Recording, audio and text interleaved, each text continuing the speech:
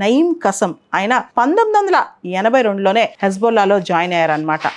మొన్న ఈ మధ్య వరకు ఆయన డిప్యూటీ చీఫ్గా కూడా పనిచేశారు. అయితే లాస్ట్ ఇయర్ అక్టోబర్లో ఎప్పుడైతే హమాస్ ఇజ్రాయెల్ అటాక్ చేసిందో ఆ తర్వాత లెబనాన్ దగ్గర, అంటే లెబనాన్ ఇజ్రాయెల్ బార్డర్ దగ్గర కూడా క్లాషెస్ మొదలయ్యాయి. హెజ్బొల్లా వాళ్ళు ఇజ్రాయెల్ పైన దాడులు స్టార్ట్ చేశారు. ముఖ్యంగా లాస్ట్ 1 మంత్ నుంచి అయితే మనం చూస్తే గనక 1700 మంది లెబనాన్ లో చనిపోయినట్లు ఈ దాడుల వల్ల తెలుస్తుంది. అదే విధంగా కొంతమంది ఇజ్రాయెల్కి చెందిన డిఫెన్స్ పర్సనల్ మిలిటరీ ఆఫీసర్స్ కూడా, కొంతమంది మిలిటరీ ఆఫీసర్స్ సోల్జర్స్ కూడా చనిపోయారంట. అయితే హెజ్బొల్లాకి ఇంత సపోర్ట్ ఎక్కడి నుంచి వస్తుంది? ఎవరు ఇంతగా సపోర్ట్ చేస్తున్నారు హెజ్బొల్లాని? ఇరాన్ సపోర్ట్ చేస్తుంది. హెజ్బొల్లా ఒక షియా మిలిషియా అన్నమాట.